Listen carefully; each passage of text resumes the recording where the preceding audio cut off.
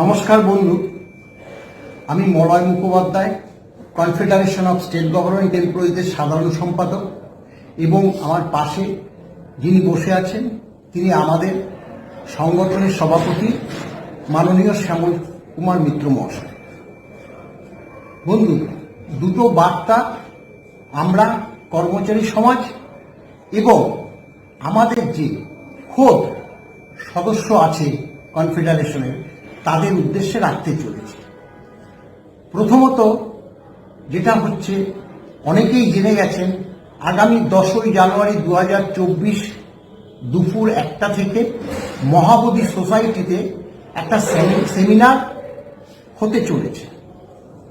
যখন এই সেমিনারটা হয় তখন যারা যারা এই উদ্যোগ নিয়েছে তারা আমাদের কাছে গিয়েছিল।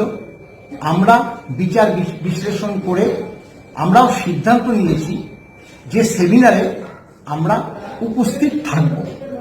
সে মতে আমরা ওই দিন আমাদের যে মেম্বার তাদের সহযোগে confederation of state government employees Mahabodhi সোসাইটিতে দুপুর 1টার সময় উপস্থিত থাকছে। এবং এই বার্তাটা যাদের কাছে আমরা পৌঁছে দিতে পেরেছি তারা তো জেনেই গেছে। এছাড়া যে আমাদের যে কর্মচারী মহল তাদের উদ্দেশ্য এই বার্তা যে আপনারা সকলে ওই মহাবোধি সোসাইটিতে আগামী 10ই জানুয়ারি বুধবার উপস্থিত থাকুন। বিস্তারিত আমাদের যে সভাপতি মাননীয় শ্যামল কুমার মিত্র মহাশয় তা আপনাদেরকে অবগত করবেন। দ্বিতীয়ত যেটা বিষয়, সেটা বারংবারই আমরা বলেছি যে আগামী 5ই ফেব্রুয়ারি পরবর্তী যে সপ্তাহটা, অর্থাৎ 5ই ফেব্রুয়ারি সোমবার, সোমের পরে মঙ্গল, বুধ, বৃহস্পতি, শুক্র, এই 4 দিনের মধ্যে ডিএ মামলাটা আবার উঠতে চলেছে। আমরা মনে করছি যে মঙ্গল বা বৃহস্পতিবারের মধ্যে ডিএ মামলাটা উঠবে। দেখুন, আমরা হতাশ হইনি ঠিকই, কিন্তু অর্থনৈতিক দিক দিয়ে আমরা অনেকটাই দুর্বল হয়ে পড়েছি।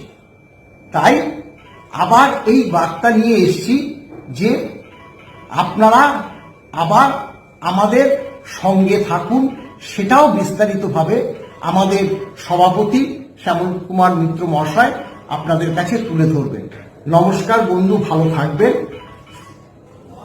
নমস্কার বন্ধু, আগামী 10ই জানুয়ারি 2024 কলেজ স্কোয়ারের মহাবোধি সোসাইটি হলে মহার্ঘভাতার অধিকার ও বঞ্চনা, পশ্চিমবঙ্গ সরকার ও আদালত শীর্ষক আলোচ্য বিষয়ের উপর একটি সেমিনার অনুষ্ঠিত হতে চলেছে।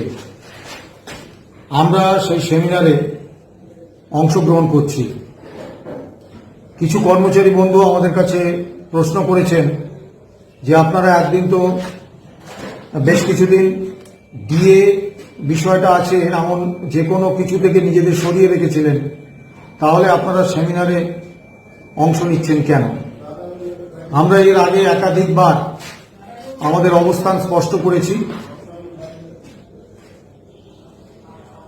2022 সালের 14ই ডিসেম্বর পর্যন্ত আমাদের সংগঠনের যে অবস্থান ছিল সেই অবস্থানটা হচ্ছে যে 6বার আমরা স্যাট এবং হাইকোর্টে কর্মচারীদের পক্ষে রায় পেয়েছি এবং সংশ্লিষ্ট আদালত সরকারকে 3 মাসের সময়সীমা বেঁধে দিয়েছে। সেই 3 মাস সময়সীমায় আমরা ডিএ নিয়ে কোনো আন্দোলন করিনি এবং ডিএ বিষয়ে কোনো বিবৃতি দিইনি বা সরকারের কাছে কোনো চিঠিপত্র দিইনি আমাদের আইনজীবীদের পরামর্শ। কারণ মহামান্য আদালত যখন সরকারকে 3 মাসের সময় দিচ্ছেন এবং মূল মামলাকারী সংগঠন যখন আমরা, তখন ওই সময়সীমাটায় সরকার কি করেন এর জন্য অপেক্ষা করাটা আইনিভাবে যুক্তিযুক্ত। 14ই ডিসেম্বর 2022 সালে মহামান্য সুপ্রিম কোর্টে confederation of state government employees and others versus state of West Bengal and others মামলাটি ওঠে, অর্থাৎ যেটা ডিএ মামলা। এবং সেখানে অন্যতম ডিভিশন বেঞ্চের অন্যতম বিচারপতি ছিলেন অনারেবল জাস্টিস দীপঙ্কর দত্ত। তিনি মামলাটি শুনতে রাজি হননি। কারণ হিসেবে বলেছিলেন সমাজ মাধ্যমে এক শ্রেণীর কর্মচারীর অতি সক্রিয়তা এবং এই মামলার সম্ভাব্য রায় সম্পর্কে কিছু মন্তব্য। এখন সুপ্রিম কোর্টের ব্যস্ত বিচারপতিরা তারা সমাজ মাধ্যমে কে কি লিখছে এগুলো নিয়মিত দেখার মতো সময় পান বলে আমরা মনে করি না। অর্থাৎ এই সমাজ মাধ্যমে প্রকাশিত যে বিভিন্ন বক্তব্য এই মামলা সম্পর্কে, মামলার রায় সম্পর্কে, মাননীয় বিচারপতিদের সম্পর্কে, সেগুলো মাননীয় বিচারপতির কাছে পৌঁছিয়ে দেওয়া হয়েছে এবং স্বাভাবিকভাবে তার সামনে তিনি যখন এই বক্তব্যগুলো দেখেছেন তিনি মামলা থেকে সরে দাঁড়িয়েছেন। এরপরে আমরা অত্যন্ত রক্ষণাত্মক অবস্থানে চলে যাই, কারণ মামলাটা আমাদের কাছে সর্বোচ্চ অগ্রাধিকার। এই মামলায় যদি আমরা পরাজিত হই তাহলে আগামী দিনে শুধু পশ্চিমবঙ্গ সরকার নয়, সারা ভারতবর্ষের সমস্ত সরকারি কর্মচারীরা ডিএ থেকে বঞ্চিত হবেন। কারণ কোন সরকার অধিকার থেকে আদালত যদি বলে দেন এটা অধিকার নয় তাহলে দিয়ে যাবেন, এমনটা আমরা বিশ্বাস করি না। তাই এটা আমাদের কাছে সর্বোচ্চ অগ্রাধিকার। আমরা এমন কোনো কাজ করতে রাজি নই যাতে করে মামলাটা কোনোভাবে ক্ষতিগ্রস্ত হতে পারে। সে কারণে 14ই ডিসেম্বর 2022 থেকে আমরা ডিএ সংক্রান্ত ব্যাপারে কোনো আন্দোলন বা ডিএ সংক্রান্ত ব্যাপারে কোনো মতামত দেওয়া থেকে আমরা বিরত থেকেছি। এখন প্রশ্ন উঠতেই পারে যে মামলা যদি অনন্তকাল চলে, অনন্তকাল কি আপনারা আন্দোলন থেকে দূরে থাকবেন? প্রথমত আমরা তা মনে করি না, কারণ আগামী 5ই ফেব্রুয়ারি 2024-এ শুরু হওয়া সপ্তাহে যে কোনো দিন এই মামলার শুনানি হতে চলেছে এবং আমরা অত্যন্ত আশাবাদী সেই দিন মামলার পূর্ণাঙ্গ শুনানি হবে এবং এক বা একাধিক দিনের শুনানির পরে কর্মচারী পক্ষে রায় আসবে।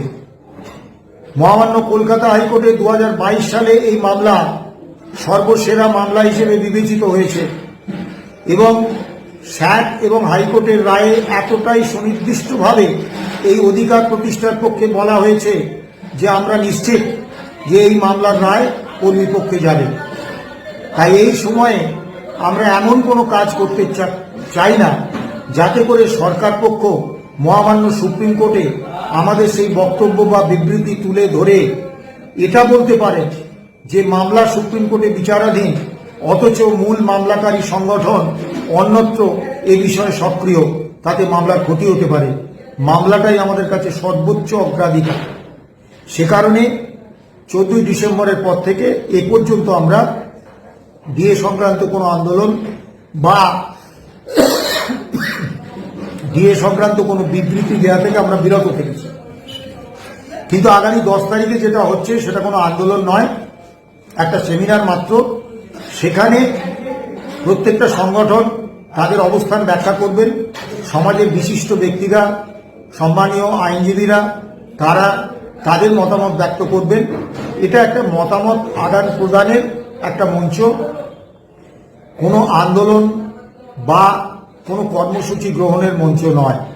কাজে এই সেমিনারে অংশগ্রহণ মহামান্য আদালতের কাছে কোনো রকম নেতিবাচক দিক নিয়ে আসবে বলে আমরা মনে করছি না। দ্বিতীয় যে বিষয়টা সেটা হচ্ছে আমরা অত্যন্ত আশাবাদী বলেছি যে এই মামলায় কর্মীপক্ষের জয় অবধারিত। কিন্তু আপনারা জানেন মহামান্য সুপ্রিম কোর্টে এই মামলা চালাতে কি বিপুল অর্থ খরচ করতে হয়েছে। আমরা এর আগে আপনাদের কাছে আবেদন রেখেছিলাম এবং আপনারা সেই আবেদনে সাড়া দিয়ে আমাদের ব্যাংক অ্যাকাউন্টে যথাসাধ্য সাহায্য করেছেন। কিন্তু সেই সাহায্যের পরেও বর্তমান যে আর্থিক অবস্থা আমাদের, তাতে আগামী 5 তারিখ শুরু হওয়া সপ্তাহে মামলার যে শুনানি হবে সেই শুনানির পুরো খরচও আমাদের কাছে নেই। তাই নিতান্ত অসহায় হয়ে আপনাদের কাছে আবারও আবেদন রাখছি, আমাদের ব্যাংক অ্যাকাউন্টে অর্থ সাহায্য পাঠান, যাতে আগামী 5 তারিখ শুরু হওয়া সপ্তাহে মামলার শুনানিতে আমরা পূর্ণ শক্তি নিয়ে আমাদের আইনজীবীদের উপস্থিত করতে পারি। নমস্কার, ভালো থাকবেন, সুস্থ থাকবেন। ভালো হয়েছে।